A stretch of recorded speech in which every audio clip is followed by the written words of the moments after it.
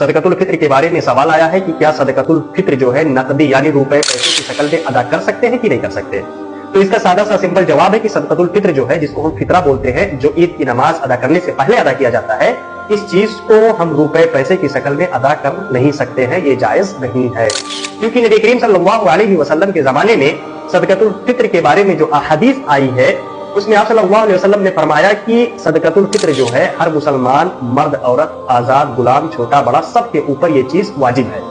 उस वक्त जो है नबी करीम सल्लल्लाहु अलैहि वसल्लम के हदीस में आता है कि एक साआ खजूर यानी खाने वाली चीज जो है अदा करते थे। उसमें खजूर, जौ, पनीर, किशमिश और दीगर चीजें रहती थी। इससे साबित होता है कि सदकतुल फित्र जो है वो खाने वाली चीज रहना जरूरी है, ना कि रुपए पैसे की शक्ल में। तो इस चीज का ख्याल रखिए कि सदकतुल फित्र जो है अगर रुपए पैसे की शक्ल में जायज होता तो आप सल्लल्लाहु अलैहि वसल्लम जायज चीज को नहीं छुपाते, आप सहाबा के दरमियान जो है बता देते ये चीज।